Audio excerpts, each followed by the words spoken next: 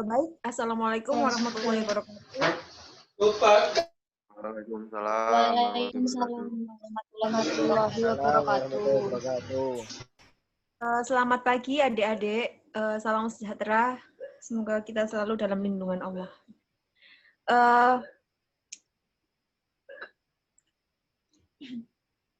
Sebelum memulai diskusi pada pagi hari ini, alangkah baiknya kita perkenalan dulu ya.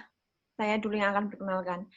Perkenalkan, nama saya Eka Bella Silviana Anindita, bisa dipanggil Bella atau bisa dipanggil Dita. Jangan dipanggil Eka, oke? Lalu, selanjutnya saya ingin perkenalan dengan salah satu dari atau dua dari kalian, biar suasananya lebih akrab. Saya mau perkenalan dengan Mbak Vivi. Silakan perkenalkan Mbak Vivi. Baik, perkenalkan nama saya Vivi Zunafiani, biasa dipanggil Vivi, Bu.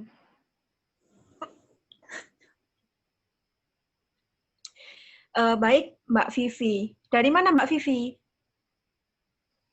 Dari Jombang, Bu.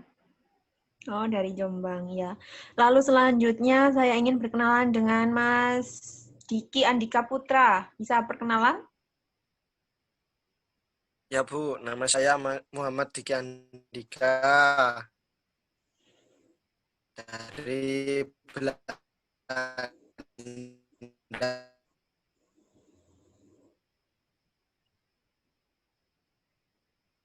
Bu. Belakangnya Juan. Baik. Dekat sama pesawat ya berarti? Main-mainnya sama pesawat? Iya, Bu. Dekat. Setiap hari saya naik pesawat. Oh, bagus. Nanti ajak saya ya kalau naik Ya, pesawat. Bu. Oh, tenang Oke, saja, baik. pasti, Bu. Oke. Selanjutnya saya akan membahas, kita masuk materi ya. Adik-adik, kita akan membahas tentang bimbingan karir. Saya akan share PPT-nya terlebih dahulu. Nanti saya akan jelaskan.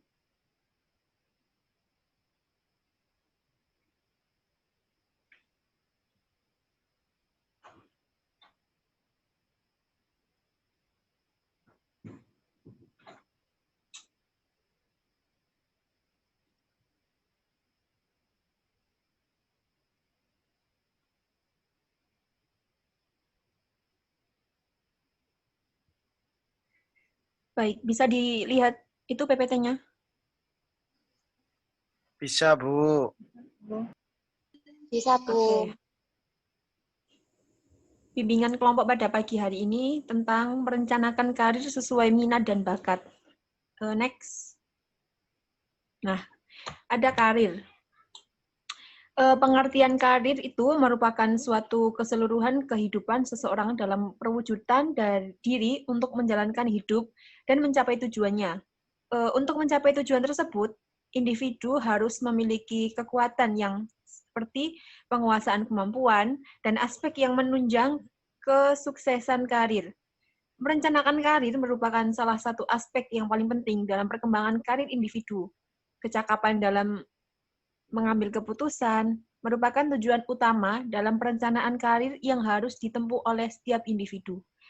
Lalu yang selanjutnya, perencanaan karir adalah kegiatan individu untuk mengembangkan karir dengan memilih dan memutuskan karir yang akan dicapai dengan memperhatikan peluang dari alternatif pilihan yang dimiliki oleh siswa, berguna untuk pemilihan jenis studi lanjut dan pemilihan rencana pekerjaan.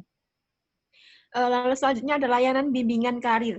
Selain memberikan respon pada masalah-masalah yang dialami siswa, juga bertujuan untuk membantu siswa memperoleh pengetahuan, sikap, dan keterampilan dalam pekerjaan. Selain itu, bimbingan karir menitikberatkan pada perencanaan kehidupan seseorang dengan mempertimbangkan keadaan individu dengan lingkungan agar dapat memperoleh pandangan positif ke depan. Dengan demikian, bimbingan karir berperan penting dalam meningkatkan perencanaan karir siswa. Lalu yang selanjutnya ada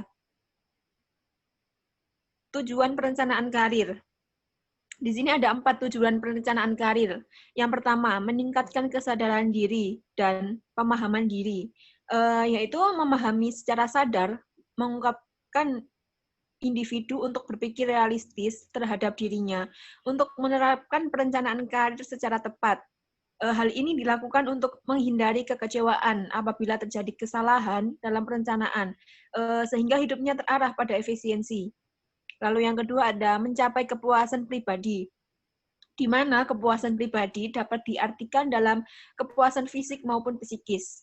Kepuasan tersebut dapat tercapai dengan pekerjaan yang disesuaikan dengan minat maupun potensi dan mencari gaji yang besar. Nah, di sini ada faktor-faktor yang berkontribusi untuk kepuasan individu adalah kondisi kerja, tantangan, dan hubungan interprofesional. Lalu yang ketiga ada mempersiapkan diri pada penempatan yang memadai. Di sini setiap individu yang ingin bekerja dalam perencanaan dirinya secara khusus, hal itu dapat dilakukan dengan menganalisis peta kemampuan diri, kemudian mencocokkannya dengan persyaratan pekerjaan. Aktivitas penting karena berkaitan dengan energi yang dikeluarkan, berikut hasilnya. Lalu yang keempat ada mengefisiensikan waktu dan usaha yang dilakukan dalam berkarir. Di mana tujuan lain perencanaan karir adalah untuk memungkinkan individu secara sistematis memilih karir. Perencanaan sistematis akan membantu menghindari metode trial and learn, artinya untuk membuktikan perlu belajar dan pengalaman dengan mencoba berbagai cara yang tepat bagi dirinya seorang individu tersebut. Lalu yang selanjutnya ada manfaat perencanaan karir. Yang pertama ada membantu dalam mempersiapkan diri, mengambil keputusan berdasarkan informasi karir yang diterima. Di sini penilaian kekuatan dan kelemahan pada diri siswa merupakan langkah penting dalam perencanaan karir. Salah satu penilaian memungkinkan siswa untuk lebih memahami diri sendiri yang berhubungan dengan tujuan dan rencana karir. Hasil penilaian ini akan memungkinkan siswa untuk realistis dalam mengevaluasi diri sendiri dan membantu atau menerapkan karir secara tepat. Lalu yang kedua ada mengembangkan kepercayaan diri. Nah, nomor 2 itu bisa mencapai kepuasan karir secara pribadi. Salah satu tujuan dalam perencanaan karir, siswa harus memilih karir yang menghasilkan keuntungan tertinggi dalam kepuasan pribadinya. Siswa mungkin lebih suka dalam kegiatan karir yang mirip dengan minat atau memberikan perasaan emosional dan kesenangan fisiknya sendiri. Lalu yang ketiga ada dapat mengenal peluang-peluang yang akan dijumpai. Di sini selama perencanaan karir, siswa mungkin ingin menghindari daerah-daerah yang memberikan peluang terbatas atau tidak sesuai dengan minatnya. Hal itu sama pentingnya untuk menginvestasikan waktu dan energi ini dengan karir siswa, mengidentifikasi tanpa melampaui batas kemampuan siswa. Sepanjang perencanaan karir, fokus perhatiannya adalah pada karir yang sesuai untuk siswa. Lalu yang keempat, dapat menentukan apa yang akan dipersiapkan dalam menekuni karirnya.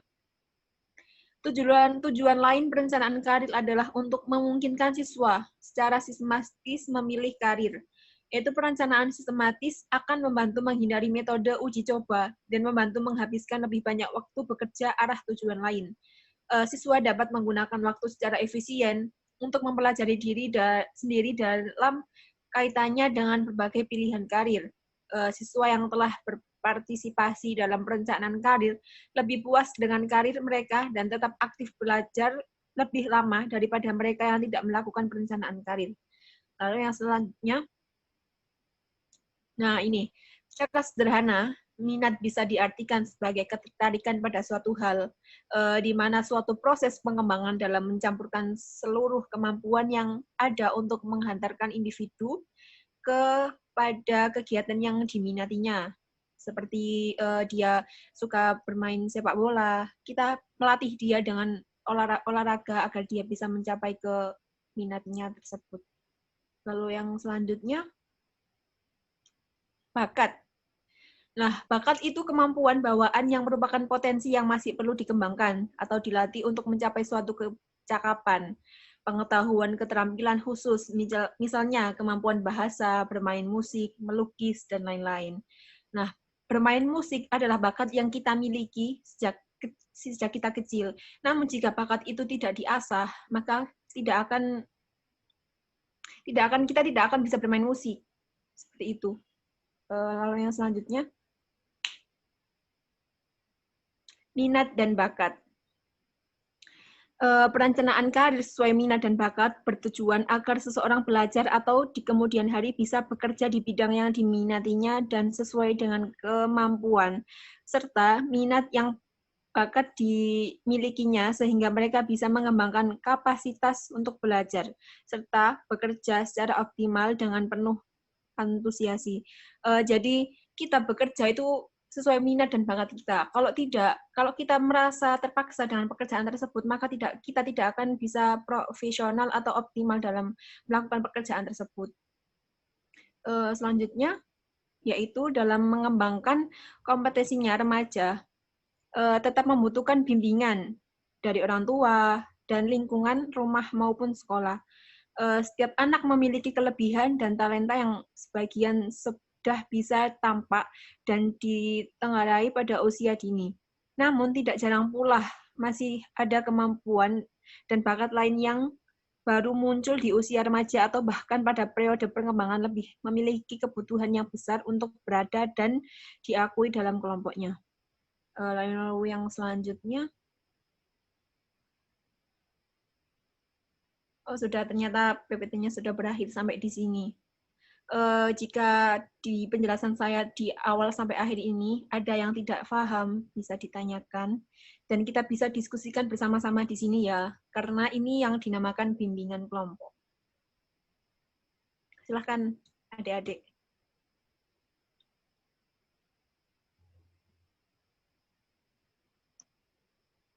Baik, Bu. Saya akan mau bertanya, Bu. Saya tunjuk aja ya, biar nggak Iya. barengan. Mbak Vivi Zunia ya itu tadi. Iya, Akan Bu. bertanya di sini. Baik. Kan tidak semua orang tua bisa diajak bertukar pikiran kan, Bu. Nah, yang saya tanyakan itu bagaimana solusi konselor untuk agar bisa meyakinkan atau agar bisa mengasih tahu orang tua agar bisa bertukar pikiran dengan anaknya. Itu, Bu. Baik, pertanyaannya bisa saya terima. Jadi gini Mbak Vivi Zunia ya, kamu dan orang tua, sebaiknya kita melakukan konseling keluarga, di mana konseling itu tadi bisa mempererat hubungan kamu dengan orang tua kamu tidak malu untuk mengutarakan apa yang kamu inginkan, dan orang tua kamu juga bisa ngasih saran, kamu lebih baik ke sini, kamu lebih baik ke sana. Lalu, jika kamu tidak puas dengan jawaban orang tua kamu bisa melakukan bimbingan itu ke guru BK kamu, ke guru-guru yang kamu merasa kamu percayai untuk mendengarkan apa yang kamu pikirkan saat itu. Jadi seperti itu yang bisa saya terangkan ke Mbak Vivi.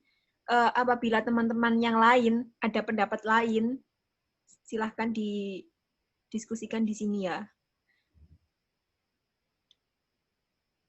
Ayo silakan adik-adik. Bu, saya mau tanya, kalau ada seorang siswa itu orang tuanya itu broken home gitu loh Bu, gimana bicaranya untuk bertukar pendapat seperti itu? Nah, di sini kan broken home, kita bisa lihat dia lebih akrab kemana, ke ibunya atau ke ayahnya. Nah, dari situ dia bisa mulai bercerita. Kalau dia memang akrab ke ibunya, dia bisa bercerita ke ibunya. Kalau dia lebih akrab ke ayahnya, dia bisa bercerita ke ayahnya. Jadi karena gini, broken home itu kan perpisahan orang tua. Biasanya anaknya sebagai dampaknya itu ke anak. Tapi di sini anak juga tidak bisa menyalahkan sepenuhnya kepada orang tua. Kita sebagai anak juga harus bisa memposisikan kita itu lebih ke satu pemikiran kemana, ke ibu atau ke ayah. Jadi, dari sini dapat saya simpulkan bahwa kita bisa melakukan itu dengan ibu atau ayah. Pokoknya yang kita itu lebih akrab itu kemana, gitu. Jadi nanti bisa satu pemikiran karena kita sudah akrab, sudah biasa berbicara, tidak malu, seperti itu. Baik, Bu, terima kasih. Sama-sama. Gimana teman-teman yang lain? Tapi kan Bu, kadang kalau seumpama kita lebih dekatnya ke ibu ya. Nah, Ya. kita itu kan pinginnya dikasih dorongan, dikasih semangat.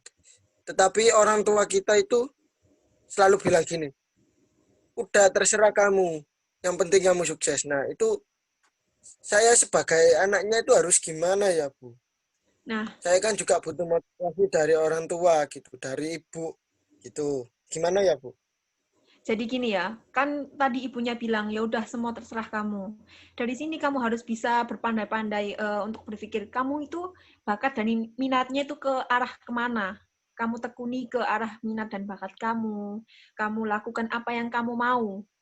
Jadi nanti pada suatu saat kamu melakukan kesalahan atau tidak disukai oleh orang tua kamu, tentunya pada ibu kamu bisa bilang, dulu saya pernah meminta pendapat, meminta solusi dan ibu berkata bahwa itu semua terserah kamu. Jadi semua pilihan ada di kamu. Kamu bisa melakukan apa aja yang menurut kamu itu baik. Jadi nanti kalau kamu sudah sukses, pasti orang tua kamu, terutama ibu kamu itu bangga. Dan secara sendirinya mereka akan mengasih motivasi kamu. Seperti itu. Bu, saya mau bertanya, Bu. Ya, silakan. Mas Mada ya? Biasanya kan orang tua itu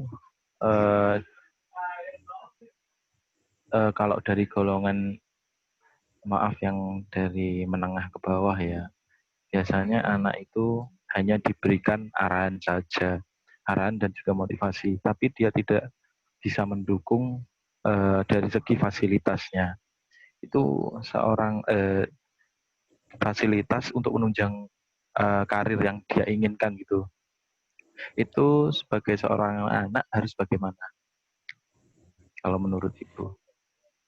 Jadi gini, kalau menurut saya, jika kita sudah melihat keadaan orang tua itu tadi kurang mampu atau kurang memfasilitasi apa yang kita inginkan, kita sebagai anak juga tidak bisa menuntut apa-apa. Karena memang orang tua tidak mengasihi itu bukan karena tidak mau, tapi karena tidak ada. Jadi lebih alangkah baiknya kita maksudnya itu kita dulu kita melakukan hal-hal yang sekiranya itu menghasilkan uang untuk kita, anaknya itu mencapai apa yang mereka inginkan tanpa membebankan orang tua. Karena pasti banyak orang di luar sana itu yang bangga, dia bisa berdiri di kakinya sendiri, walaupun dia punya orang tua. Seperti itu, karena motivasi orang anak yang bisa berdiri dengan kakinya sendiri, tidak membebankan orang tuanya, itu pasti motivasinya itu lebih tinggi, lebih baik daripada anak yang difasilitasi, daripada anak yang apa-apa itu diturutin gitu sama orang tuanya. Jadi kita sebagai anak yang apa-apa sendiri itu pasti bisa merasakan, oh iya, saya mendapatkan ini dari pekerjaan saya mendapatkan ini dari hasil kerja keras saya. Itu lebih membanggakan kalau menurut saya. Terima Bagaimana, kasih Mas? atas jawabannya. Mas Mada juga bisa loh mengungkapkan pendapatnya ya. Jangan terima kasih. Kalau memang tidak Ya, searah Bu. dengan apa yang menurut Mas Mada. Ya. Menurut saya juga seperti itu. Ibu, saya mau tanya. Oh iya, silahkan Mbak Farah. Iya, silahkan Mbak Farah. Saya mau tanya bagaimana solusi yang tepat untuk kita didik yang pilihannya harus mengikuti kehendak orang tuanya, tetapi tidak sesuai dengan minat dan potensi peserta didik itu sendiri. Itu menurut Ibu gimana ya? Pertanyaan yang bagus. Baik, jadi begini ya. Mengembangkan potensi dirinya sendiri itu kita tidak bisa untuk menolak keinginan orang tua, dan juga kita juga tidak bisa untuk melakukan apa yang tidak kita inginkan. Jadi diambil tengah-tengahnya saja. Mungkin Mbak Farah bisa bilang ke orang tuanya, kalau saya nggak minat ke sini, saya ingin ke sini. Lalu jika Mbak Farah sudah dikasih izin untuk melakukan apa yang Mbak Farah inginkan, Mbak Farah bisa buktikan bahwa apa yang Mbak Farah pilih itu tidak salah. Dan orang tua Mbak Farah itu salah karena sudah menilai keinginan Mbak Farah yang buruk. Seperti itu. Maksudnya itu wujudkan apa yang Mbak Farah inginkan dan buktikan kepada orang tua Mbak Farah bahwa apa yang Mbak Farah inginkan itu tepat dan senjur sama minat dan bakatnya Mbak Farah. Seperti itu. Terima Bagaimana kasih, Mbak Bu. Farah? Ya, bisa Ya, diterima, Bu. Bu, jadi Bagaimana dalam anak-anak? jadi dalam merencanakan karir itu harus diawali dengan kemampuan diri sendiri seperti itu ya, Bu ya. Jadi memahami karakteristik dari dalam diri sendiri seperti itu ya, Bu. Iya, karena kita akan melakukan apa yang kita inginkan, itu pasti lebih bersemangat daripada harus disuruh-suruh, daripada harus dipaksa. Karena kita melakukan itu sesuai keinginan, kita membangun minat dan bakat. Jadi kita mempunyai keinginan, lalu kita merembet ke minat dan bakat kita apa. Semuanya itu semua yang kita lakukan itu harus kita yang mengawali.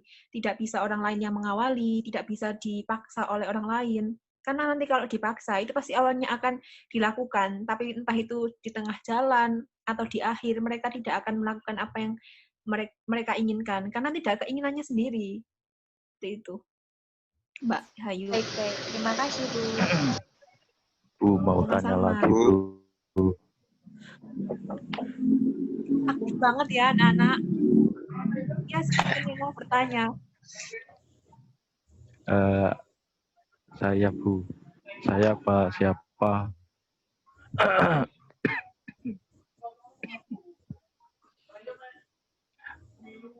Saya aja, Bu ya. Ya, silahkan. Semuanya juga boleh bertanya kok. Gitu, Bu. Jikalau nanti orang tua saya tidak setuju sama pilihan karir yang saya ambil, menurut Ibu sikap saya harus bagaimana? Apakah saya harus memupuskan impian saya itu atau memperjuangkan tapi sembunyi-sembunyi dan membuktikan kepada orang tua bahwa saya bisa? Mana yang lebih baik, Bu? Kalau menurut saya yang lebih baik, jangan diputuskan seperti itu. Kalau memang orang tua kamu maksa dengan pilihannya, ikuti pilihannya terlebih dahulu, sambil kamu melakukan apa yang kamu inginkan. Pasti kamu nanti akan melakukan apa yang kamu inginkan, bisa membuktikan bahwa yang kamu pilih, itulah, di situ kemampuan kamu, di situ jalan karirnya kamu, itu memang di situ. Jadi pasti orang tuamu nanti itu akan mendukung apapun yang kamu pilih. Dengan catatan pasti kamu harus bisa memberi hasil ke orang tua kamu, kayak saya bisa sukses dengan cara saya, seperti itu. Membuktikan, intinya itu membuktikan. Kamu bisa membuktikan ke orang tua kamu kalau kamu itu bisa, kalau kamu itu mempunyai pilihan dan pilihan kamu itu tepat. Seperti itu. Karena setahu saya itu proses tidak akan mengkhianati hasilnya. Wah, Seperti itu benar ya, Bu. sekali. Iya, benar sekali. Pinter ternyata ya anak-anak ini. Aktif banget. Bu, saya mau tanya, kasih, Bu. Iya, silakan, siapa itu? Oh iya, Mas Farid Yuda. Silakan bertanya, Mas Farid. Ya, Bu. Tadi kan Ibu sudah menjelaskan di PPT ada tujuan perencanaan karir. Itu kan ada 4. Nah, yang saya tanyakan itu dengan adanya tujuan perencanaan karir itu apakah sudah cukup atau sudah bisa menjamin seseorang siswa atau saya sendiri menjadi lebih baik di masa depannya? Seperti itu, Bu. Baik, atau kembali lagi ke siswanya itu. Baik. Saya akan menjawab menurut saya ya, Mas Farid. Kan di situ tadi ada 4 Ada 4 tujuan ya, kalau nggak salah. Ada 4 tujuan. Saya tidak bisa menjamin itu akan membuat kamu sukses nanti. Saya juga tidak bisa menjamin itu cukup atau enggak buat kamu. Karena kalau kamu sudah bisa melakukan 4 tahap itu tadi dengan bersungguh-sungguh, dengan penuh kerja keras, tidak menutup kemungkinan kalau kamu bisa sukses dengan 4 tahap tersebut. Tapi kalau dengan 4 tahap ini saja kamu kayak malas-malasan, males males kamu kalau sudah malas, walaupun dikasih 10 tahap juga tidak akan bisa sukses. Jadi semua itu tergantung kita sendiri, bukan tahapnya. Ya tahap memang iya, tapi kalau kita hanya melihat tahap tanpa ada mau semangat, tidak ada kerja keras, nggak bisa sukses nantinya. Kalau kamu cuma malas-malesan, tapi kamu punya banyak tahap, percuma, kamu tidak akan sukses nanti. Tapi kalau kamu cuma punya 4 tahap, tapi kamu bersungguh-sungguh, kamu bersemangat, kamu mau mencapai hasilnya, insya Allah kamu pasti bisa sukses nantinya. Bisa difahami, Mas Farid? Baik, Bu. Terima kasih atas penjelasannya. Baik, sama-sama.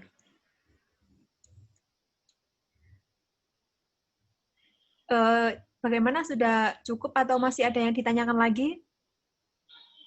Saya sudah cukup, Bu. Sudah cukup jelas. Baik, Bu. akan menyimpulkan dari bahasan kita pada awal sampai akhir ini ya. Jadi bakat dan minat. Nah, bakat dan minat itu harus sesuai dengan kriteria kita. Kalau bakat kan sudah ada sejak lahir. Kalau minat kita bisa asah mulai kita bersekolah, kita bisa melihat apa yang sekiranya kita suka, itu yang dinamakan minat.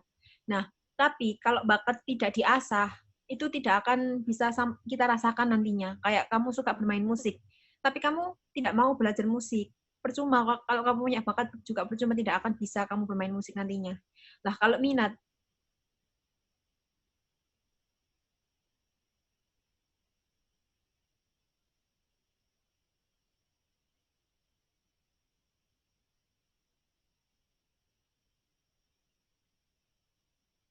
sesuai minat dan bakat kalian. Kalau tidak, percuma, bakal sia-sia nantinya.